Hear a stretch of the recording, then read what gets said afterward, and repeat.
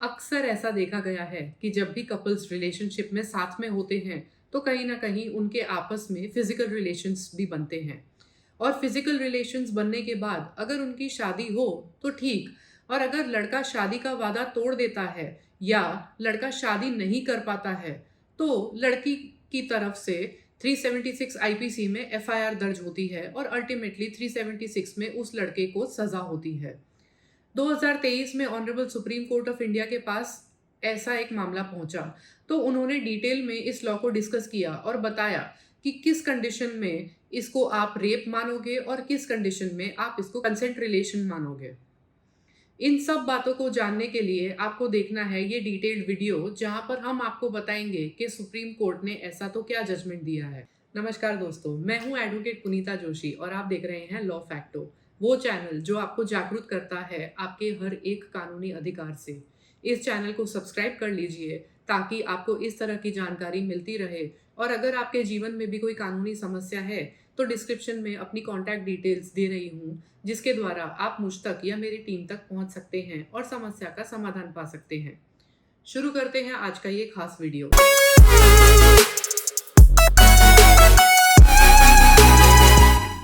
आज हम बात कर रहे हैं सुप्रीम कोर्ट के उस खास जजमेंट की जहां सुप्रीम कोर्ट ऑफ इंडिया ने बताया है कि किन केसेस में शादी का झांसा देकर रेप को माना जा सकता है और किन केसेस में नहीं। हम बात कर रहे हैं 2023 के landmark judgment Naeem Ahmed versus state की। इसकी लिंक डिस्क्रिप्शन में दे रही हूं अगर आप पूरा जजमेंट पढ़ना चाहें तो। सबसे पहले इस केस के कुछ फैक्ट्स जान लेते हैं। इस केस में प्रोसिक्यूट्रिक्स यानी कंप्लेनेंट यानी कि लड़की जो है उसने एक एफआईआर दर्ज करवाई इस एलिगेशन के साथ कि मैं दिल्ली में अपने हस्बैंड और 3 बच्चों के साथ रहती थी। मेरे घर के सामने ही ये अक्यूज्ड अहमद रहा करता था।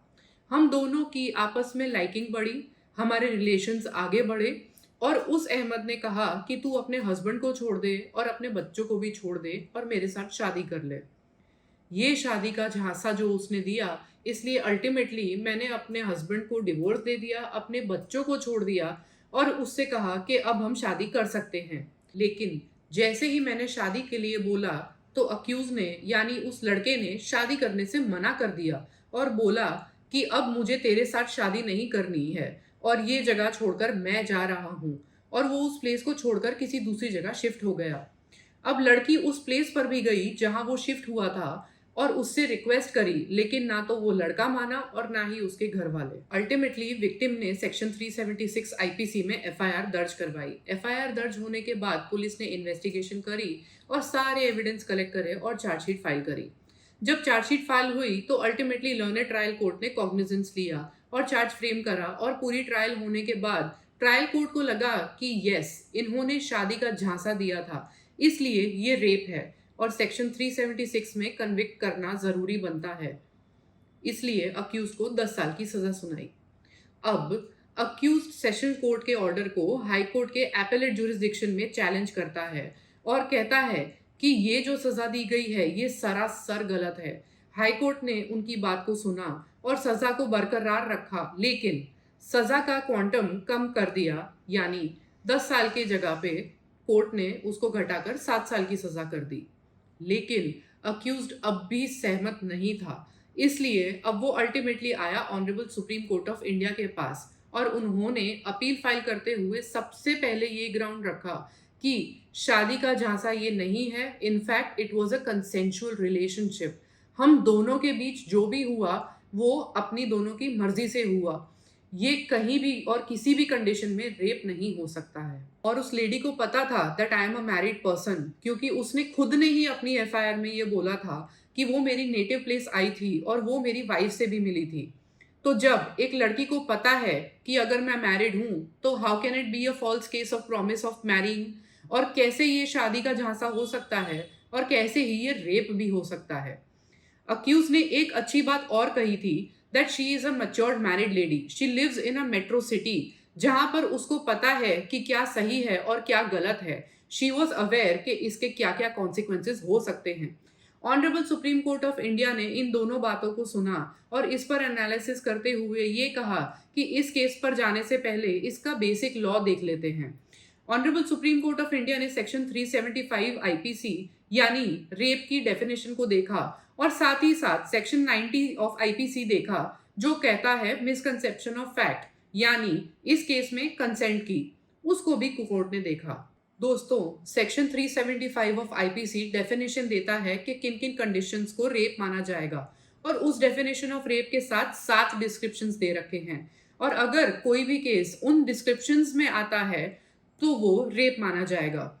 इस सेक्शन में सेकंड डिस्क्रिप्शन बात करता है विदाउट द कंसेंट, यानी कोई किसी लेडी के साथ उसकी मर्जी के बिना अगर फिजिकल रिलेशंस बनाता है तो it would amount to rape. अब बिना कंसेंट के कैसे किया गया, इसे जानने के लिए हमें देखना पड़ेगा सेक्शन 90 ऑफ आईपीसी।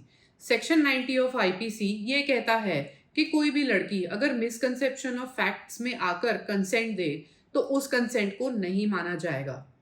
हालांकि सेक्शन लड़की या लड़के की बात नहीं करता है, लेकिन हम जनरल बात कर रहे हैं, तो विक्टिम का ये आर्ग्यूमेंट था कि सेक्शन 90 ये कहता है कि मैंने जो कंसेंट दिया वो ये मानकर दिया था कि लड़का मेरे साथ शादी करेगा, इसलिए वो मिसकंसेप्शन हो गया कि उसने मेरे साथ शादी नहीं करी और ये मिसकंसेप्शन है, इसलिए मेरा कंसेंट नहीं माना जाएगा। और अगर कंसेंट नहीं माना जाएगा तो ये 376 के अंदर रेप है। तब honourable supreme court of India ने इन दोनों प्रोविजंस को पढ़ा और अपने पुराने जजमेंट्स जैसे कि Uday versus state of Karnataka 2023, Deepak Gulati and doctor Sonar, इनका एक डिटेल्ड एनालिसिस किया और ये कहा कि आपको आज के बाद ये डिफरेंशिएट करना पड़ेगा कि कंसेंशुअल रिलेशंस क्या होते हैं और रेप क्या होता है।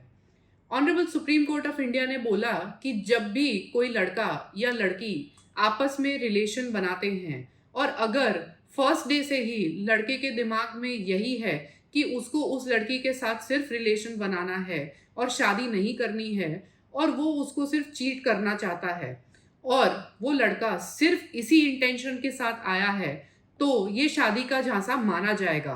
दूसरी ओर अगर लड़का और लड़की दोनों कंसेंट से साथ में आते हैं और अपने साथ में रिलेशन बनाते हैं, आगे बढ़ते हैं, कई साल तक साथ में रहते हैं और अगर कोई भी कारणवश ऐसी कंडीशन जिसमें लड़का शादी नहीं कर पाता तो उस कंडीशन में अगर वो प्रॉमिस टूट जाता है यानी वो लड़का अपना प्रॉमिस फुलफिल नहीं कर पाता है तो उसको रेप की डेफिनेशन में नहीं माना जाएगा। Honourable supreme court of India ने एक और अच्छी सी बात बता दी थी कि आपको यहाँ पर डिफरेंशिएट करना पड़ेगा कि ब्रीच ऑफ प्रॉमिस क्या होता है और नॉट फुलफिलिंग द प्रॉमिस क्या होता है।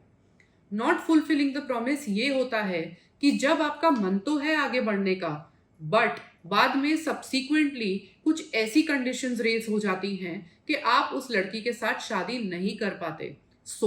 उस कंडीशन में सिर्फ ये केस बन सकता है कि आपने प्रॉमिस तोड़ा है, ना कि रेप करा है। फिर honourable supreme court of India ने बोला कि अब हम इस केस के फैक्ट्स को देखते हैं। तो सबसे पहले तो she is a married lady, she is a matured lady, उसे ये भी पता था कि इसके क्या क्या कॉन्सिक्वेंसेस हो सकते हैं। Honourable supreme court of India ने ये भी नोट किया कि लड़की खुद लड़के के नेटिव प्लेस गई थी और जहां वो उसकी वाइफ से भी मिली थी। तो जब एक लड़की को ये पता है कि वो मैरिड है तो वो उसके साथ शादी कैसे कर सकता है, तो ये शादी का झांसा नहीं माना जा सकता है।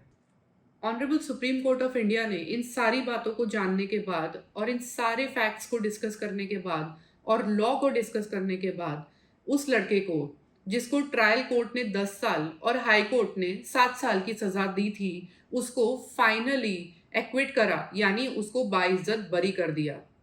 यानी इसका मतलब ये है कि अगर आपके साथ भी कभी ऐसा कोई केस हो तो आपको ये देखना है कि सिंस फर्स्ट डे आपका इंटेंशन क्या था। आपको ये दिखाना है कि there was a consent from the very first day. इस डिफेंस को और इस सुप्रीम कोर्ट के जजमेंट को यूज करके आप अपने आप को इस तरह के केसेस से बचा सकते हैं। सो आई होप कि आपको ये वीडियो पसंद आई होगी, तो प्लीज़ इस वीडियो को लाइक करें, शेयर करें और चैनल को सब्सक्राइब करें। और अगर कोई भी क्वेरी है तो कमेंट सेक्शन में ज़रूर पूछें। धन्यवाद। जय हिंद।